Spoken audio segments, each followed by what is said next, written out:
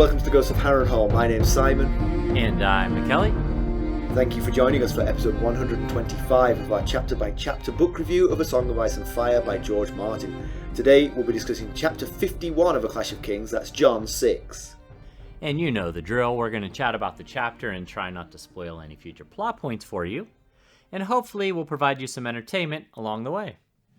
We'll summarise what happened, discuss our thoughts on it, provide some useful background, compare it to the television show, indulge in a little pedantry, and cover some relevant news. Be sure to check out the show notes, they'll provide some additional information about the characters and other things of note in this chapter.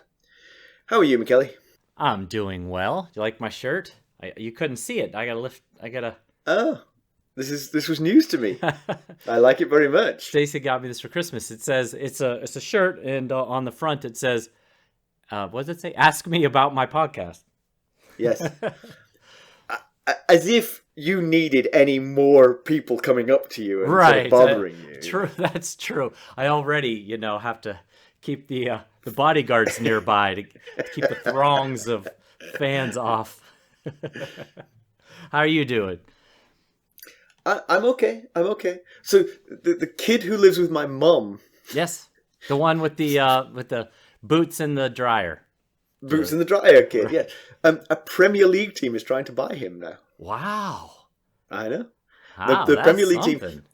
team, for a while we didn't know which team it was, and so I was free to speculate, and I actually got it right. Oh. It's Wolverhampton Wanderers are the first on the list, and Leeds United are also interested. I didn't get Leeds, but I thought Wolves might be interested. Okay. Now, so your team is in the fourth tier, is that right? In the fourth tier, yes. So these are first tier teams want this kid. Wow, so that's quite the jump. He's going to become a lot richer. Yeah, is your mom going to up the rent? I assume because these cities are far away, he will move out. Oh, shoot, there is that. but he's sick in bed at the moment, which has got us all a bit worried because he lives with he your might mom. bounce back from COVID, but Right. he lives with my mum and she's Right. 80-something, Yes. Oh, man. Well, that's exciting for him. I mean, I guess it doesn't change you or your mom's life any, but, it changes my life. If we're able to sell him for, like, big moolah, it's going to be... true. That's true. It's going to be team. good news for Oldham. Yeah. That will improve your life, certainly. Good stuff. So, I've got a story for you. So I sent my mom and my dad and my aunt some GOH merchandise for Christmas because Well done. free advertising, but because I'm, as you know, a somewhat frugal person, I do know sent this. to get the free shipping. I had it all sent to my sister's house, and I thought she could disperse it. Because my mom and dad are divorced. They don't live together. So I thought I'll send it to one central location and she could play Santa Claus and disperse it. So she gave my mom and aunts their mugs on Christmas Day, but she didn't see my dad on Christmas Day, and then she forgot a few times to give it to him. So just this past weekend, she finally gave him his Christmas present from me, which was... our t-shirt. It's the light blue one. It's very, very nice looking. It's actually our number one seller on the merch site. Is that light blue t-shirt. So he opens it, and he really likes the shirt. He thought it was very nice, but there was a surprise bonus present inside. Get out. Which no one knew was coming. So this is... I'm going to show you on my phone. My sister took a picture of it and sent it to me. This is the bonus prize that was No. What I'm showing Simon is a pair of pink women's underpants. That's what was in with the shirt. It's not even GOH underpants. It's just random underpants. Wait, at what point was this in? Are they your sisters? It was in the package. Like, he opened the package. In the package from Threadless. Yes, I had a pair of women's pink underpants in there. What kind of operation have we tied ourselves to? Seriously. At first, I thought that was all that was in there. I was like, wait, the shirt didn't show up? She's like, no, the shirt was there too. But there was a pair of underpants in there. I've got this horrible feeling your dad said, was like really pleased with the gift, so he dressed up in the t-shirt and the underwear and sent a photo of himself. Please, no, don't do that. That is really strange. It's the strangest thing I have experienced in a while, is that right there. So anyway, Merry Christmas, Dad. Right. We can't top that. Let's get down to business. How did we leave Jon? Last we saw of Jon, he was welcoming Qhorin Halfhand into camp atop the Fist of the First Men. Qhorin told Jon and Lord Commander Mormont that Mance's Wildling army was larger than the Night's Watch could imagine. Qhorin convinced Mormont to send 3 small groups of men into the Frostfangs to scout the happenings. Qhorin's first pick for his group was one Jon Snow. McKelly, why don't we give the summary of this one? Number 1 overall draft pick, Jon Snow. All right, so Jon and company spy a fire in the mountains of the Skirling Pass. Watchmen sent to guard against the Night's Watch, who due to the cold have succumbed to the temptation of fire, revealing themselves. The disciplined Night's Watch have had no fires as they marched for several days. They've slept close under blankets on the hard ground. My back is actually hurting quite a bit at the moment, and actually in the notes it says my back hurts at the very thought of that, and it's very much true right now. My back does hurt at the thought of it. It knew this was coming, so it started hurting for you. Jon and his 4 travel companions have to disarm the Watchers of the Horn that they surely have before they continue up the pass any further undetected. The only way to do that is to climb the mountain out of the Watchers' view, a daunting task in any situation, a near death sentence in the cold dark of night. Qhorin Halfhand asks for 2 men for the job. Stonesnake, the best climber of the group, volunteers, and Jon steps forward as the other. Jon says a quick goodbye to Ghost, who's not well suited for the climb, before the 2 men set off up the narrow mountain trail. The climb is as hard and as dangerous as you might expect. Ice, fissures, wind, all make for a harrowing experience. The track they'd been following, hugging the mountainside, ended abruptly. Nowhere to go but straight up from here.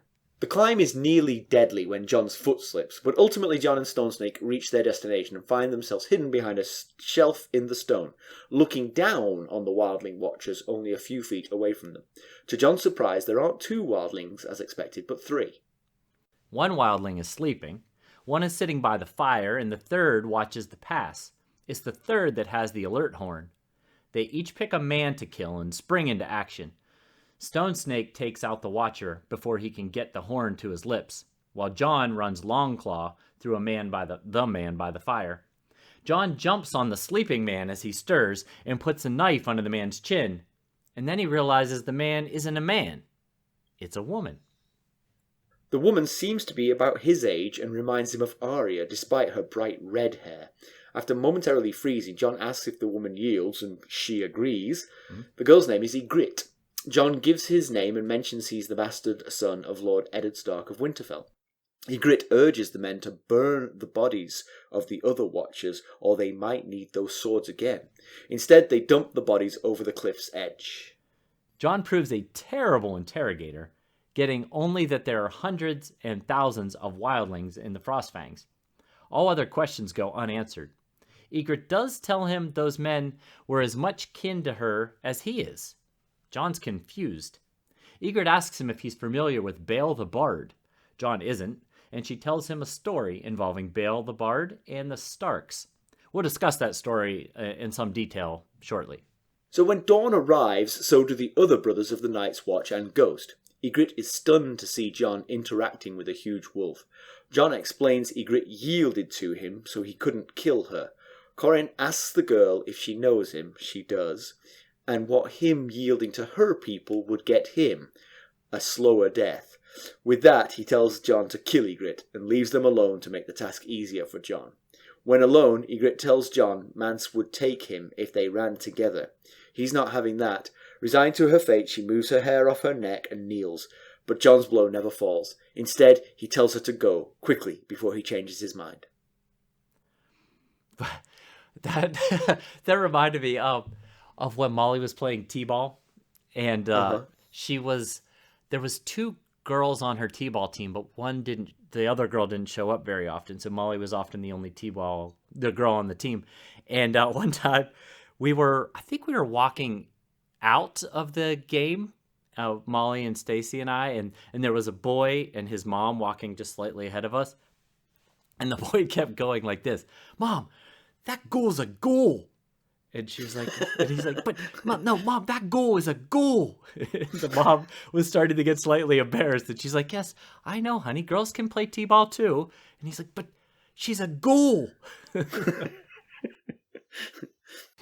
For non-American listeners, t-ball is a derivative of baseball, right? Where instead of pitching, the ball is set up for them and they just whack it. Yes, very much. It's for very little kids. It's like the very basic introduction to baseball and softball. Interesting. So, yeah. So, John discovered that this ghoul was a ghoul as well.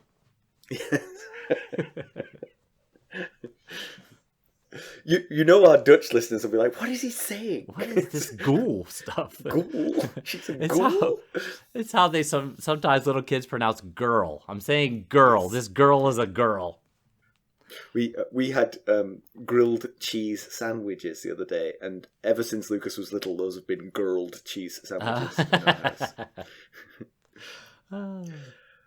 So the whole chapter, the reason we're talking about T-ball at this point is because the whole chapter is something of a non-event. Kinda, yeah. There's some nice descriptions of the valleys and the mountains of the Skirling Pass as it approaches the Frostfangs, and it's not quite as. I mean, I had it sort of like just being snow and rocks, but there are some sort of like valleys where it's a little bit warmer and things actually thaw, right? And there are animals and things, but fields of flowers he mentioned even, at one point. So, and I will just mention in passing that Stonesnake, I think, was nearly 50 years of age and the best climber in the Night's Watch. And as a man of a similar vintage, can I say bravo, Stonesnake, because I can barely climb out of bed. He does his nightly stretches, I guess. Keeps him limber. Yeah, I guess so. I'll mention that I think we can officially announce that Mormont's torch is gone, because we've had several night chapters and no mention of the comet. So I think... Oh, that's a good point. I think it's officially disappeared. It hasn't been mentioned in a while. And tonight, the moon is mentioned, the stars are mentioned, but no reference to the comet. So I think it's officially gone by. It's quite... I hadn't thought about that.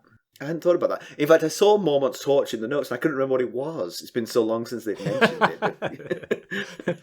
You're not the only one. Apparently, Martin forgot what it was too. But the typical path of a comet is that it brightens in the sky and then fades again over time. So you'd think that at least that would get some reference, I guess. Right, as it fades. As it fades, yeah. I mean, you at least one character should have said, "That comet is not as bright tonight as it used to be." Right, the fading red streak in the sky. Or at least mention that it, because it was such a big event at the beginning of the chapter. Everybody was talking about the comet. And then all of a sudden, nobody was mentioning the comet. Yeah. So you'd think there might be at least one reference to the recently moved through comet or something. But anyway. Yeah. So they're climbing the Skirling Pass. It's the most southern of the three ways into the Frostfangs that the men of the Night's Watch are taking. It's to the east of the Fist of the First Men. So the name of the Skirling Pass, it gets its name because of the sound that the wind makes when it blows through the area. I think John refers to it as a keening sound that the wind makes. So that's where it gets the name the Skirling Pass from. And so John's in a group of 5, and there's 15 men total that are in the 3 various parties that have gone up into the Frostfangs. Jarman Buckwell, he's taking men to climb the giant stairs. Qhorin Smallwood is taking men to probe the Milkwater, and John and Qhorin Halfhand and this group they got the assignment of the Skirling Pass. And now the other 2, the giant stairs and the Milkwater, are much closer together than the Skirling Pass. than the Skirling Pass. In fact, the Milkwater runs past where you'd climb the giant stairs. So they would have gone together for a while before the Jarman Buckwell and his group turned off to go up the giant stairs. So the Halfhand's team consists of Jon, Stonesnake the Climber, Dalbridge, Eben, Qhorin Halfhand himself, and of course Ghost. They are all seasoned rangers. Well, I guess not Jon or Ghost, Right. but they're also all from the Shadow Tower, so they're all sort of familiar with one another. Jon and Ghost are the outsiders here. Exactly. Yeah, I thought that was.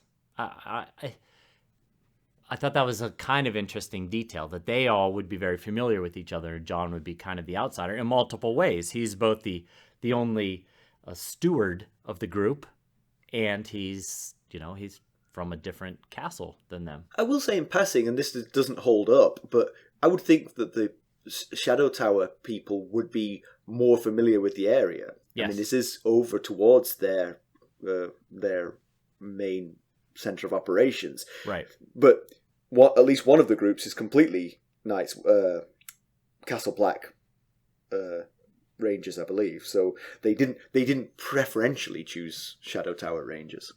Yeah, it would make sense, though. Maybe that's why Stonesnake knew this little path that they took so well, because maybe he's done it before, or has seen it before, at least. But one of the guys you mentioned, Dalbridge, they call him Squire Dalbridge, and they call him that because in his youth, he was a squire to a king. And they don't mention which king this was, but the king that he was actually a squire to is Jaehaerys II, who is the Mad King Aerys II's father. And the son of Aegon V, Egg from the Dunk and Egg series. So that is the king that he was squire to back in the day, and he must be he must be not necessarily a spring chicken, because Jaehaerys II died in 262 AC, and we're in 299, I believe, now. So yeah, but you squire when you're quite young, so he could be around 50 as well, kind of thing. That's true. Yeah. But he wonders what Mance fears to have these watchers in the pass, and I was thinking about that, and it seems like the activity from the Fist of the First Men, with all those people up there and all those fires, cook fires and stuff that they have burning, would have to catch someone's attention if they're paying, if they're looking out for anything. So they must have, they possibly at some level know that there's a ranging going on out here. They're not exactly hiding it. They're on the highest land that they could find with 200 people burning fires, so... Right. And now they're creeping up on them. Right, yes.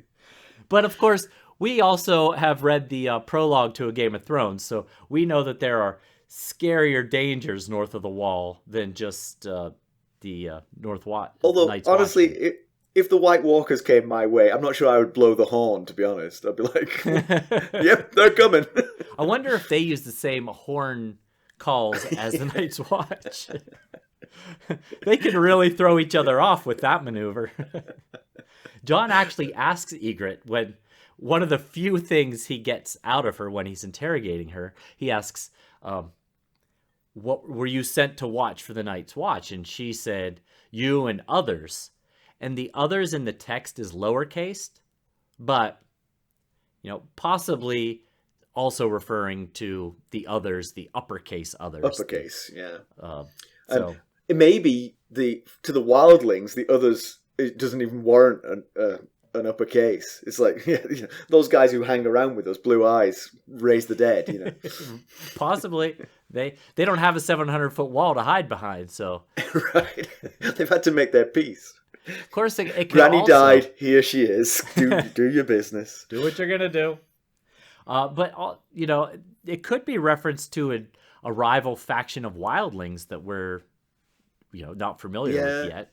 So yeah, or maybe it was just like, look for whoever's coming. Yeah, anybody, anything out of the usual. Let us know about it. So the Wildling Watchers give themselves away because they've lit a fire. It does feel like that's a break from discipline, but at the same time, they're not going to be as disciplined as the Night's Watch, because they are just a ragtag band of people who live in the north. That's what wildlings are. Right. They're not an army.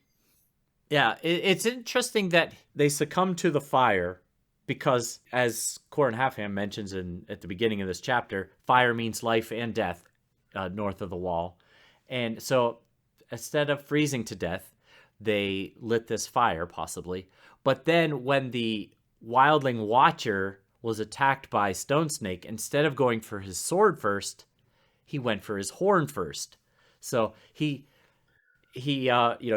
basically threw his life in front of the sword in an attempt to try and warn not the others with capital L, but the other wildlings. So this could get confusing.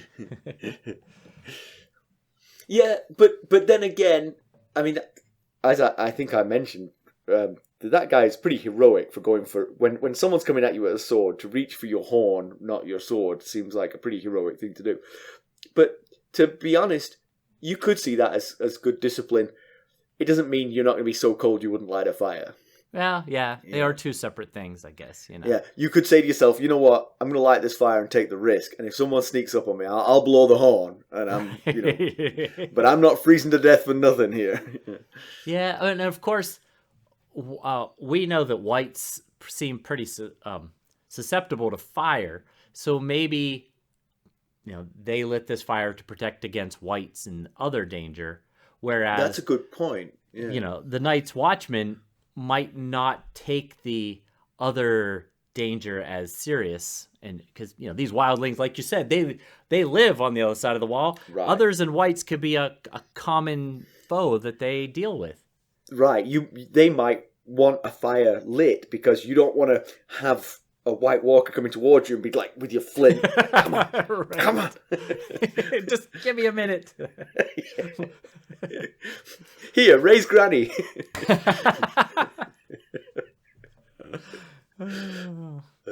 So Ghost gets left behind, and Qhorin says the reason is because white fur is seen too easily by moonlight. But I gotta say, after reading about Jon's trek, which he mentions is a half a mile off and 2,000 feet up, and in some parts is a completely vertical climb, I had to think that the white fur is the least of the limitations of why it would not be suitable to bring Ghost on this trip.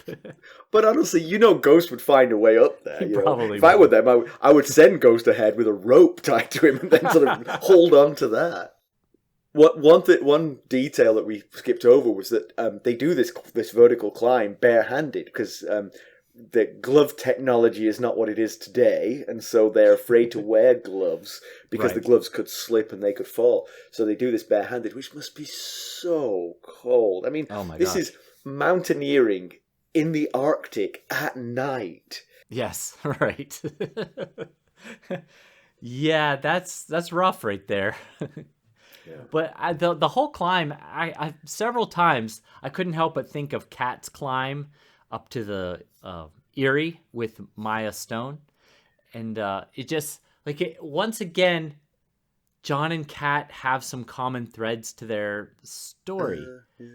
They both injured their hands while protecting someone else. They both love the same people, just not each other. They love the members of the Stark family, and both spent time with Tyrion, although very different experiences. Jon was his friend. Kat took him as a captive. But you know what? I think Kat began to sort of at least admire him a little bit. A little bit, yes. I think so. I think her opinion of him started to change a little bit during the trek. And he did save her life, so. Yeah. But now they've both had death-defying treks up a mountain with a guide who seemed totally unaffected by the climb. So, Yeah. Good spot. So when they finally get up, by they I mean Stonesnake and Jon, they finally get up onto the cliff that they were trying to get to, and they're looking down from this little shelf, and they're really only a few feet above the wildlings, who are unaware that they're there, and they each pick a person to kill. Stonesnake nods toward the man with the horn, and Jon nods toward the man by the fire, and Jon thinks to himself that the act seems odd to be picking out a person that you're about to kill. And right.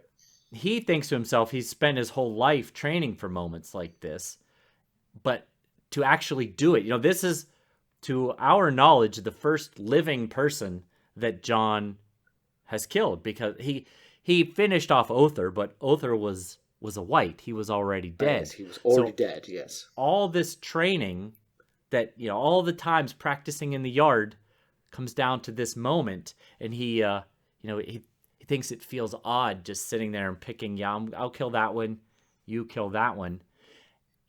And you have to imagine it's very different from the training that he would have received by Ned and Sir Roderick Cassel. Hiding and picking a man to kill it's not the most honorable way to do battle.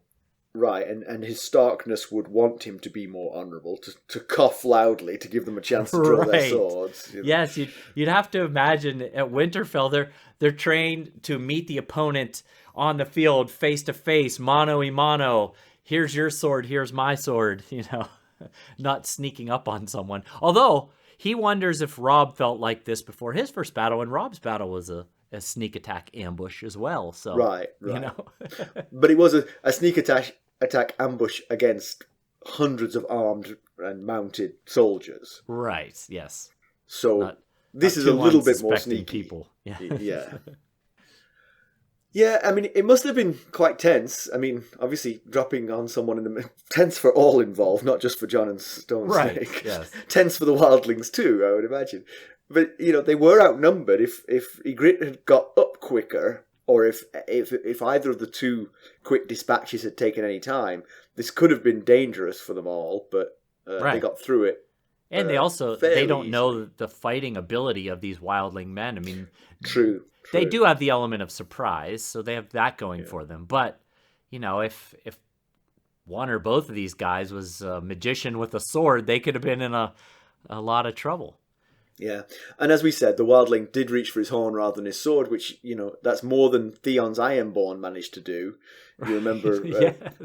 Squint. When Squint was the one who was killed when Osha and the kids escaped, and that was... He presumably had a chance to alert people to the fact that the dire wolves were out of the Godswood, but he never got to do it because he is not as disciplined as the Wildlings. But then again, he also probably didn't think that was... The thing is, the Wildlings were there really for one reason, which was to alert the other Wildlings if someone came. Right, yeah. Whereas Squint he had a bunch of things. It was like, don't let anyone go out of the castle, make sure that if an army hoves into view, you let us know. Two wild direwolves creeping up on him probably was... Wait. What do I do for that? How many blasts of the horn is that? How many blasts of the horn is wild direwolves? He was consulting his little cheat sheet. Ancient communication systems of Westeros. So it's clear that Ygritte is very afraid of the dead rising and pretty much nothing else. I mean, she's tough as nails. Right. She herself doesn't want to become a white. She asks that the bodies of her two companions be burned there and then, but they push them off the cliff instead. But then they hear mountain lions, eating the dead bodies. So she says that'll do it. That's good enough. But she says when she's killed, she wants the same to happen to her. She doesn't want to be laid there to rest, right? In state. She wants to be pushed off the cliff to the mountain lions. Yeah. She's tougher than me. She says to them, I'd burn those bodies, and they're like, well, we can't. We need too big of a fire for that. And Stonesnake thinks it might be a trick that she's trying to pull, make a really big fire. Some sort of signal. And so she says, you better do it, or you're might have to use those swords again. But the Shadowcats arrive pretty quickly, like within minutes of them dumping those bodies. And Ygritte seemed to expect that. She said that they being the Shadowcats, can smell blood like 6 miles away or something. So I was wondering if maybe the practice of burning the bodies is more superstition than practical, because if they had left those bodies there, the Shadowcats were going to get them before any... I also... So you really think she was playing a trick, basically? Maybe. Or because I assumed that others had to physically turn corpses into whites, like touch them or do something physical to them, not just they just randomly do it, you know, like any dead body just randomly reanimates. I don't know, I guess. Yes, we don't know that, do we? I mean, it could just be that if you get within a quarter of a mile, the dead rise. Yes, it could be. It could be. So, but you got to think that the shadow cats, mountain lions, they probably are attuned to listen for things falling down the cliffs, because occasionally animals probably fall off the edge and plunge to their deaths, and that's an easy meal for the shadow cats. So, yeah, that's true. So, I mean, speaking of the poor men that they just dumped over this cliff that were eaten by the shadow cats, who knows who they were to her? They could have been family, friends, a spouse, or maybe just other scouts who were assigned to watcher duty tonight or this week or whatever. She says to Jon that they're no more family than Jon is to her, but chances are she knew them pretty well. I mean, she was spending the evening with them, you know. Right? Yes. Chances are they exchanged chatted. Names. Right. So, you know, it had to have been hard for her to watch them be dumped so unceremoniously over the edge. But then again, if she's genuinely afraid of them coming back to life, then yes, that's easier to watch that than to watch them come at you again. Very true. Yes, that's true. Once they're already dead. Yeah, Jon, going to page 4 of the How to Interview a Captive, reveals who he is. Gets nothing out of her, but spills the beans to her. Yeah, Stonesnake has a funny line. Jon starts telling her that he's Jon Snow, the bastard of Winterfell. His father is Eddard Stark. My first thought was, good Lord, he'd never survive an Arya storyline. He'd blab to everyone he meets, I'm Jon Snow, bastard son of Eddard Stark. But Stonesnake says, aren't the captives the one that are supposed to be telling you things? So, yes, but he doesn't get anything useful. He doesn't know. She won't tell, or she doesn't know what Mance wants, whether they plan to march on the wall, or the whereabouts of Benjen Stark. Yeah.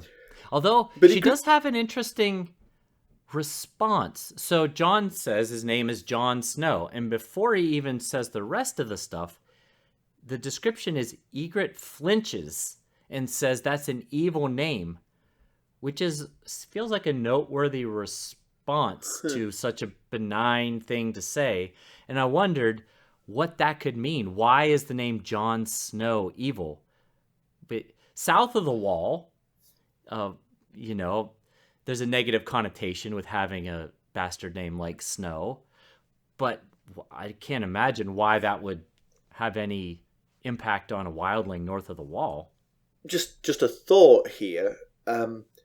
Is it perhaps because she does know what it means? She knows what it signifies. They know north of the wall what the surname Snow signifies.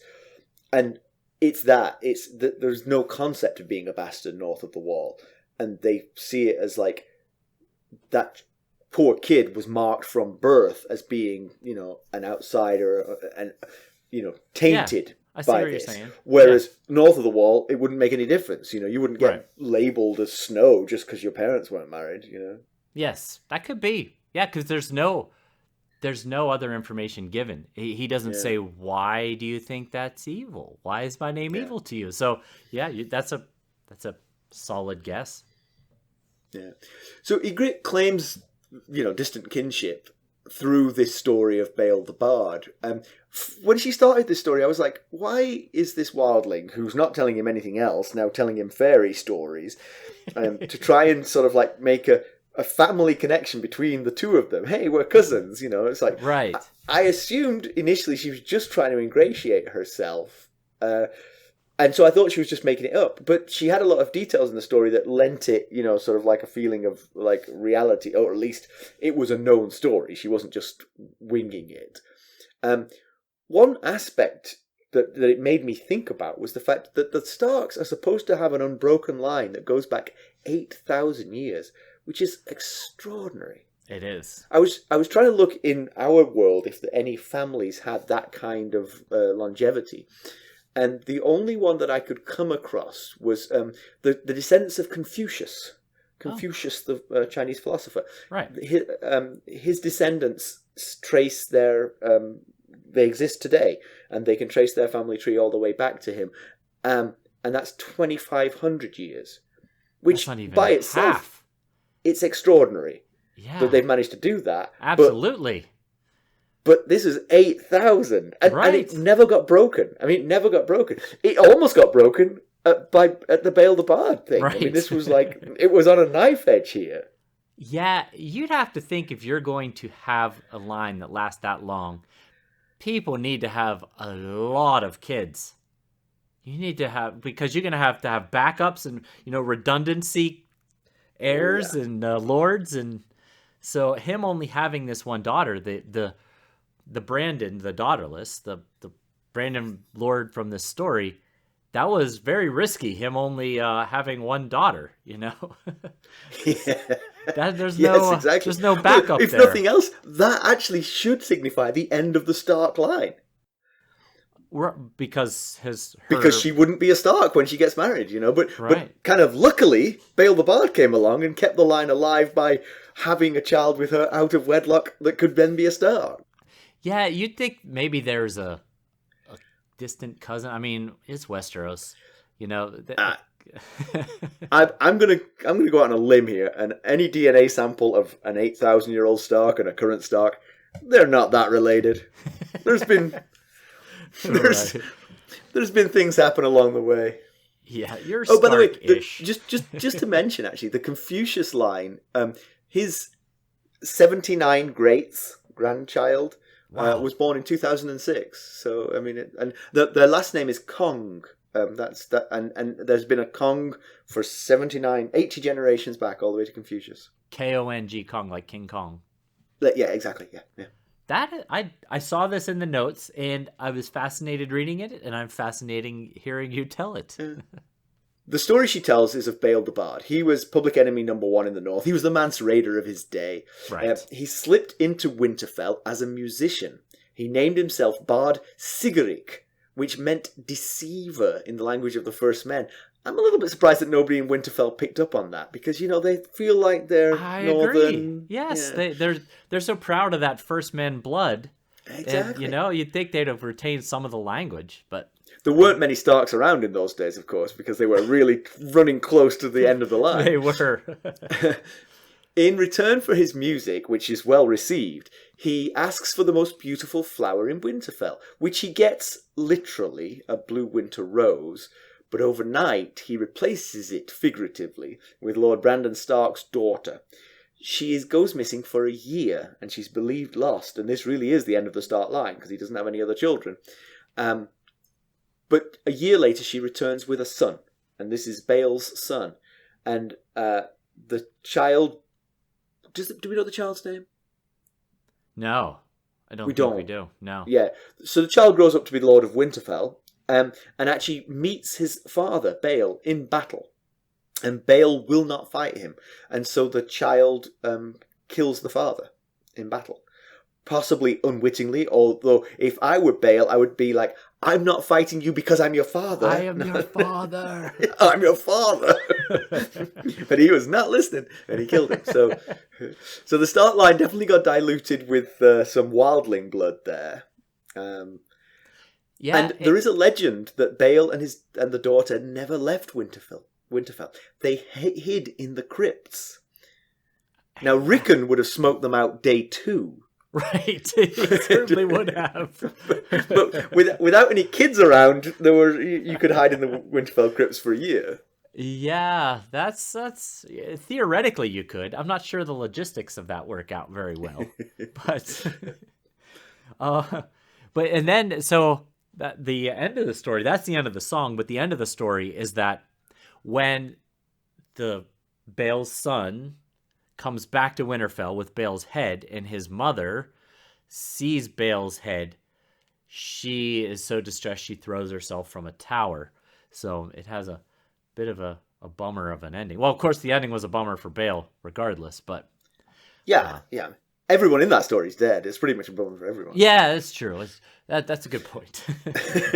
but that's interesting because although she was perhaps kidnapped, she actually fell in love with Bael enough to kill herself when she found him, when she discovered he was dead. Yeah. Of course, Ygritte says that all of Bael's stories had women falling in love with him. So, But it's the advantage more of being a musician. Yeah. It's more blue roses and stark imagery together here. And much of that revolves around Lyanna with the blue winter roses. Way back in Ned 4 of A Game of Thrones, when he's in the crypts with King Robert, Ned remembers that the room he found Lyanna in, smelling like blood and roses, and that rose petals fell from her hand as she died.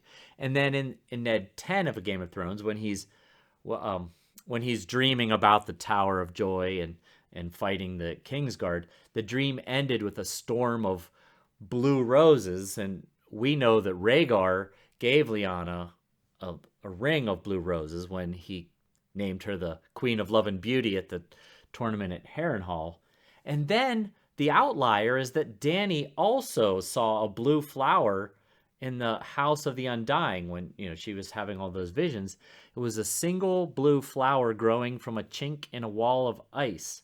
So, here we've got a rose representing the missing Stark daughter, because when they go to her room, all that's in the bed is that blue flower that he asked for, the blue winter rose.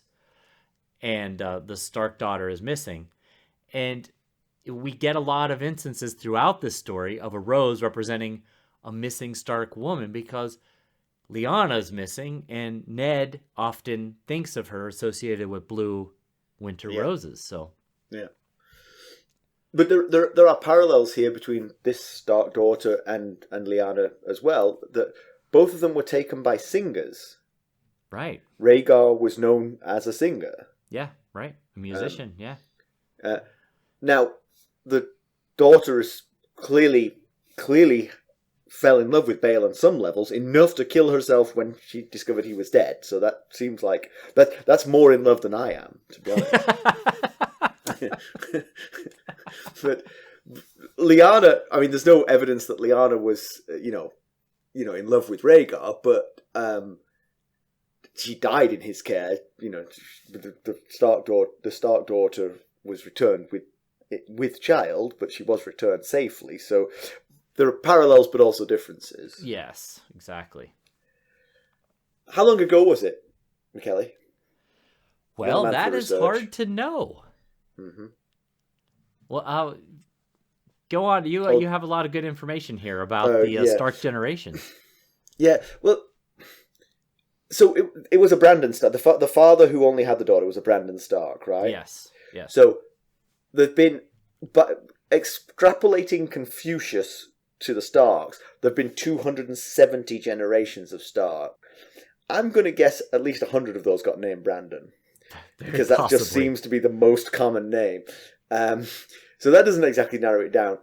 Ygritte, perhaps misinformed, definitely ignorant, calls them lords, not kings. Now, if they're lords, not kings, that would put it in the last 300 years. And she mentions the King's Road, which also makes it fairly contemporary. Would have been also after Aegon the Conqueror. So after Aegon the Conqueror. Yeah. But Jon had never heard of Old Bael, and therefore presumably Old Nan had never heard of Bael either. And pretty much Old Nan's been there 300 years, so she would have bounced Bael on his knee. If oh, I remember Aegon the Conqueror. Yeah, I found it interesting that Old Nan had never told Jon this story either. So right, so possibly it's just a myth north of the Wall. Right. Possibly, Ygritte has the story mangled a little bit because it could be a 4,000, could be a 7,000-year-old legend. Yeah. But, yeah, and things got twisted and changed as the generations went on. In the current generations, there's been a King's Road for the past few hundred years, so he skipped down the King's Road. Right. So. But Actually, there is one other thing to make it seem like it was older, because there's a reference to the Boltons. Well, it's a reference to a Stark house doing flayings. We're going to assume that's the Boltons because that's their motif. Yes. But they are supposed to have given up that hobby more than 1,000 years ago. So there you are. It's not. It's in the last 300 years and also not in the last 300 years. Someone needs to tell that to Reek, though. Right. They gave that up 1,000 years ago. Clearly there's a fondness for it in certain members of the household. You know, Brandon is the name most associated with the Stark house. So maybe Brandon was just a placeholder for the Lord at Winterfell at the time, you know? Right. So, yeah. But as we'll see in background today, the historical details are very sketchy. And so, you know, some of the family tree limbs have some blank spots and issues and stuff. So, you know, we don't have a complete picture of all the Brandons and how many children and what the children were. So, we might never know the answer to who Brandon the Daughterless was. Right. It is interesting that the story comes up in a Jon chapter, because basically it is the story of a Stark bastard becoming the Lord of Winterfell. Yes, yeah. And right. We talked about this before, that Jon isn't completely out of the running for that. I mean, there's many reasons he's out of the running for it. He's sworn brother of the Night's Watch, he's a bastard. But you never know. Right. There's a lot of books still to read. Yeah, maybe she was scrolling through her mental Rolodex of stories to keep him distracted. And when he said he's the bastard of Winterfell, she was like, Bael the Bard. I've got it. One. I got the perfect story for you. Also, it's interesting to me that it follows hot on the heels of another escape from Winterfell as well. The last chapter was Bran and Rickon escaping Winterfell. Yeah. And we've just heard Bael and the daughter escaping Winterfell. Although in their case, they didn't escape Winterfell. They stayed put. Yeah. Apparently. And it's similar that in both instances, the Starks disappeared from bed in the night. So, and the direwolves were singing like Bael. That's right. And then they went quiet. When the singing went quiet. Exactly. That's when you got to worry about those singers. That's right. Yeah, like I said, the logistics of hiding in the crypt for a year doesn't make a great deal of sense. They would have had to have help from a third party because there's no food down there. And I mean, she's pregnant. She must have been in love with him. I'll say that. If she's How much marrow can you get from an old dead Stark bone, really? Right, yes. She was clearly in love with him to hide in a dank, dark crypt alone and pregnant for the duration of the pregnancy. So, if all this was true, she was definitely in love with him. True. So, Qhorin arrives and gives a thumbs down to keeping Ygritte around, and it makes sense. She knows him. She says if he yielded, that would just get him a slower death.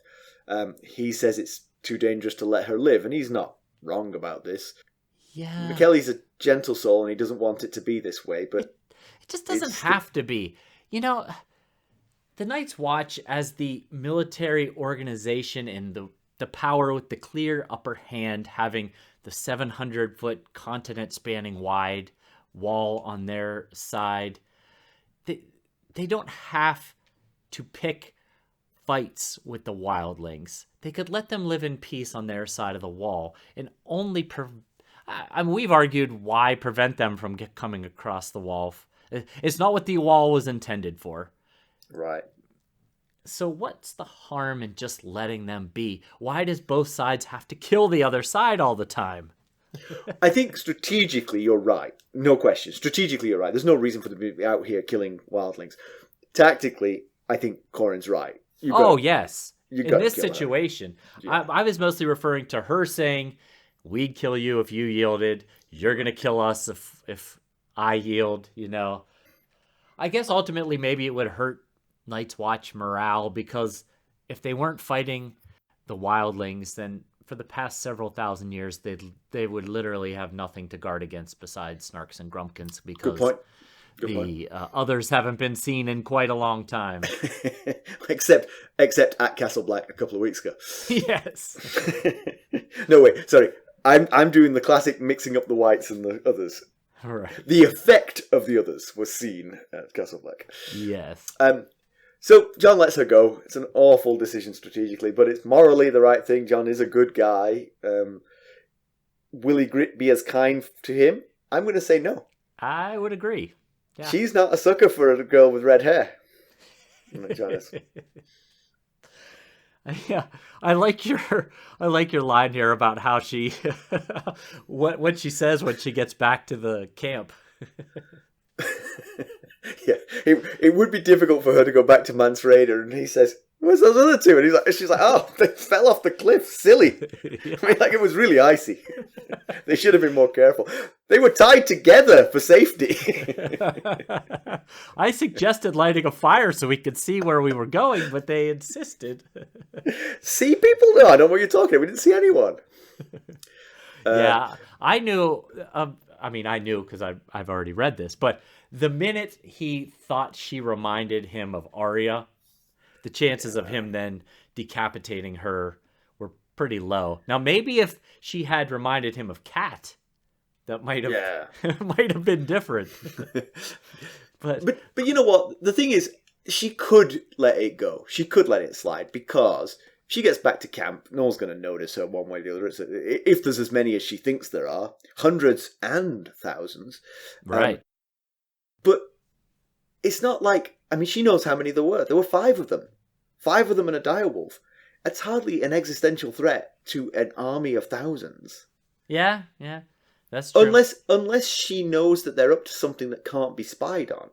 You know, there's been talk of them doing something magical there, and maybe even knowledge of that would be enough to help the Night's Watch, perhaps. Yeah, that's all good points.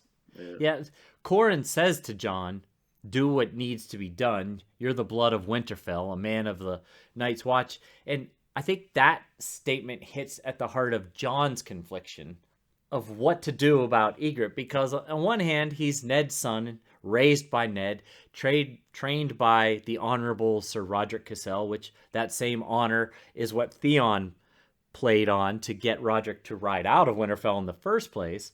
So, you know, his honor, the woman yielded to him. It seems unlikely that he's going to kill her. But then, on the other hand, he's also a brother of the Night's Watch, and they are feuding with the Wildlings, and such executions seem rather commonplace on both sides. As Ygritte just said, you'd still die whether you yielded to us or not. And we've heard of Qhorin, last Jon chapter, was torturing a Wildling to get information out of him. So yeah. But Qhorin leaves Jon alone to do the deed. And it reminded me of that scene in Austin Powers, the first one, when Dr. Evil just leaves Austin and Vanessa on that platform that's slowly sinking into the pool with the sharks. And his son, Seth, played by Seth Green, is like, "What? You're just gonna assume that?" And he's like, "Yeah, what could go wrong? Of course, I'm just gonna assume that it happened." And he's like, "I've got a gun in my room. I'll go get it. We'll shoot him right now. We'll do it together." And he's like, "Don't be ridiculous. I'm just going to shut the door and assume that they die." Yes. Yeah. And especially because it wasn't that hard to spot the fact that Jon was going to be conflicted about this, you know? Right. It's as if Qhorin was inviting it, to be honest. Maybe. That's possible. It's possible that he was expecting it and was okay with it, and just not wanting the other guys to see that he's okay with it. That's a possibility. Yeah. And Ygritte recognises it too. She tries to say we could run away together to Mance Rayder and he would welcome us, you know? Yeah. Both sides try to play on each side of the of Jon's confliction here. And it reminded me of Theon's words last chapter. I think Theon was the last chapter, right? The last Theon chapter. Oh, yes, it was anyway. Theon. Yes, yeah. I think I said it was a Bran chapter, but it was a Theon chapter, of course.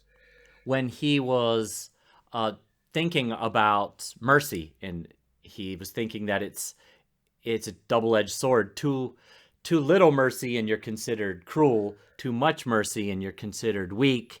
And to strike that right balance. And here's Jon trying to figure out how to strike the right balance of mercy here for Ygritte. So you said you had some background about this whole Bael business. I do. So Ygritte says that the Lord of Winterfell, who Bael the Bard played his trick on, was a Brandon Stark, and that Bael skipped down the King's Road on his way to Winterfell. So if we take all the details of this story as fact, which, in fables, that's not always a good idea, but if we were to, then that dates Bael a bit, because construction on the King's Road was started in 62 AC by King Jaehaerys I Targaryen. So if we just go back the past 300 years, since, again, Ygritte called him Lord Brandon, not King Brandon, there have been 8 Brandons in the Stark family, at least that I'm aware of. Like I said, the family tree gets a little paired at times. And, of course, it ending with our current brand, our POV brand here. The first is technically a Snow, as Brandon Snow was the bastard brother of Qhorin Stark, the king who knelt. This Brandon was most famous for offering to sneak into the Targaryen camp at night and kill the Targaryens' 3 dragons, which probably would not have gone very well for him. And that was the last we heard of him. But he was never Lord of Winterfell, so and he wasn't a Stark either, technically, so that rules him out. The first Lord Brandon Stark to rule Winterfell after Aegon's conquering was a man named Brandon the Boastful. However, he died in 49 AC, 13 years before the construction on the King's Road had even started. So, and he also had 2 sons, Walton and Alaric, and both of them became Lords of Winterfell. So he doesn't fit the bill very well either. And the only other Lord of Winterfell who was named Brandon since the Starks became lords instead of kings is Cragen Stark's son. The timeline is a bit sketchy on him. He died somewhere between 184 and 212 AC. And he had 3 sons, one being a bastard, and a daughter.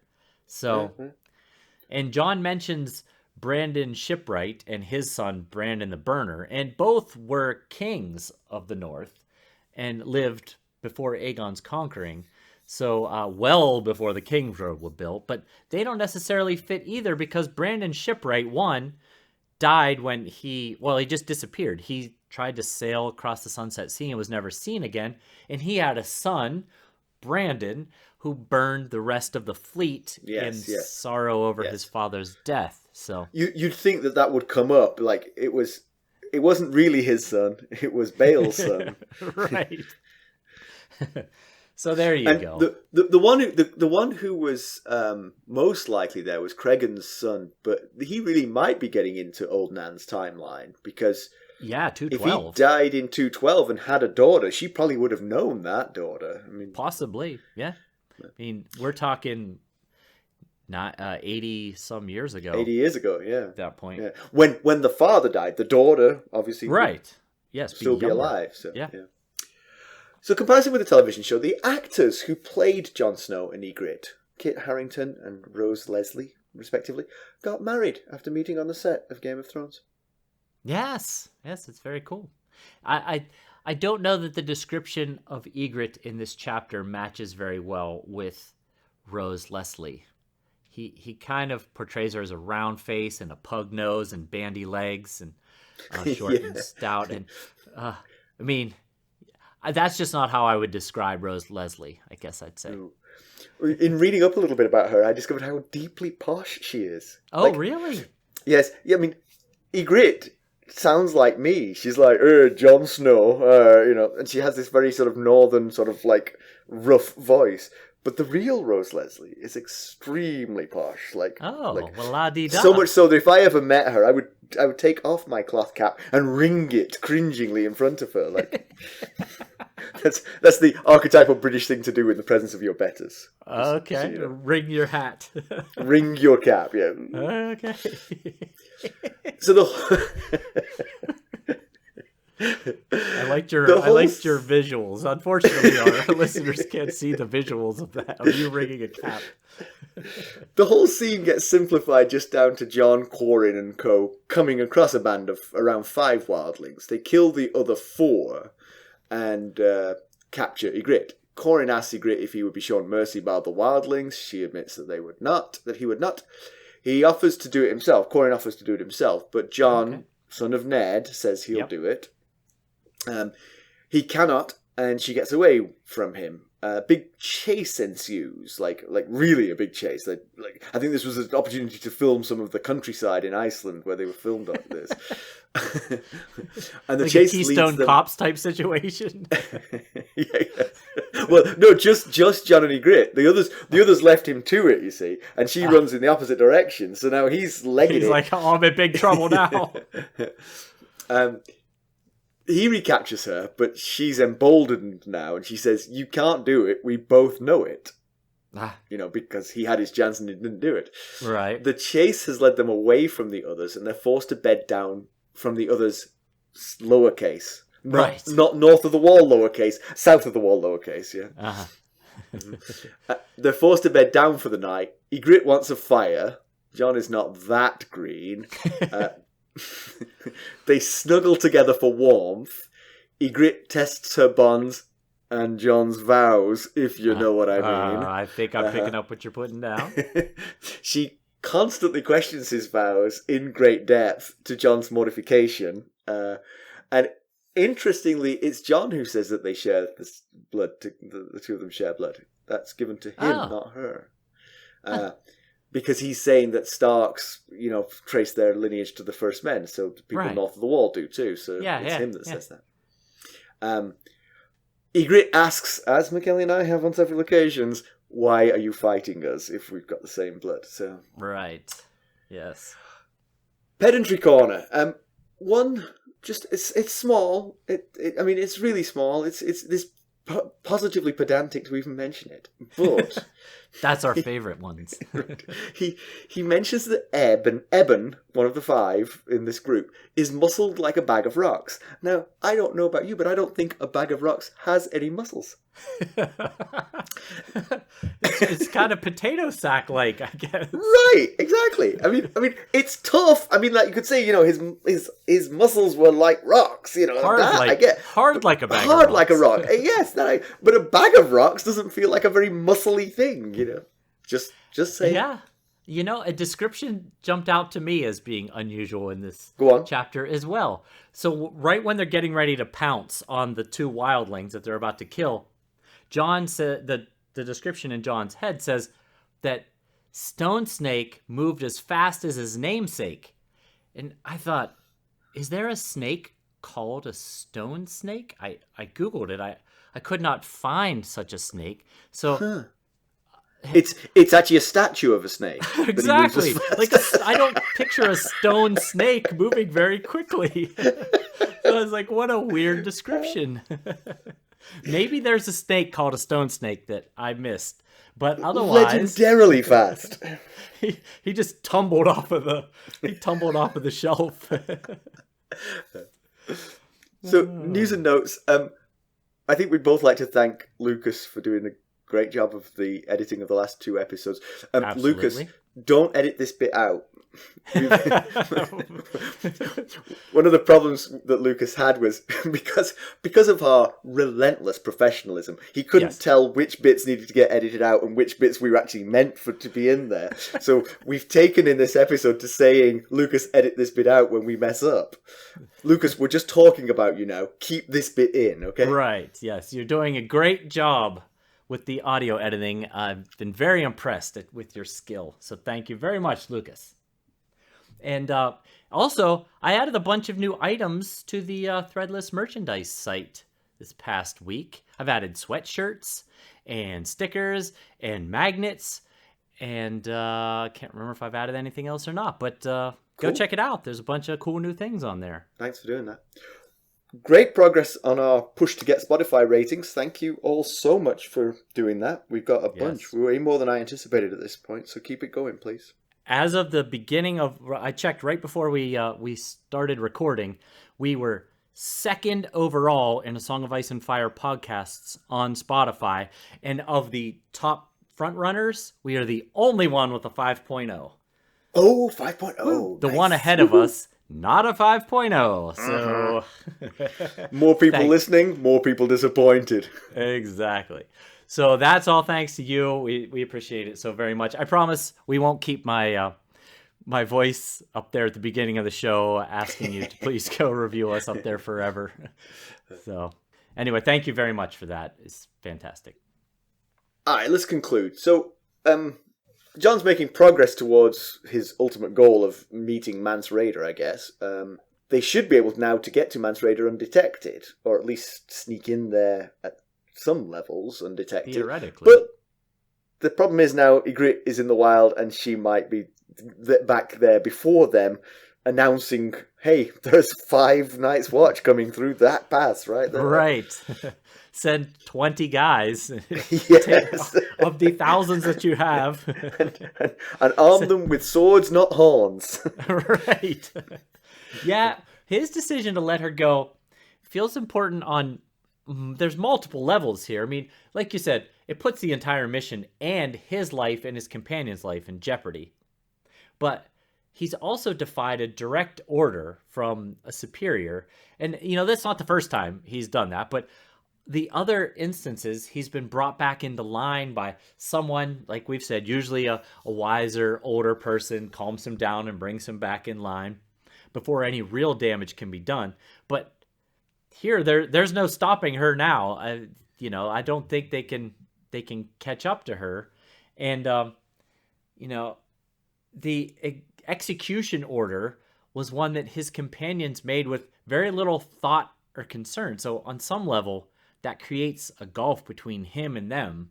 They thought nothing of just cut her head off. Just kill her. Yeah. So, just coming back to the TV show, actually, in the TV show, he gets a bit of a pass in the TV show because he basically swings the sword and misses her on purpose. And at that point, she escapes. He doesn't let her go. She escapes and he chases her. So there's a slight difference there. Yeah, there is. He didn't intentionally say, you can go. He's beginning to see the Wildlings as people more than he has before. And that's, because he's made a connection with Ygritte. And honestly, more of the Night's Watch should do that. You'd think the Rangers might have had similar interactions to this. The only person they seem to sort of interact with on a friendly basis is Crasta, who's a monster. Yeah, that's true.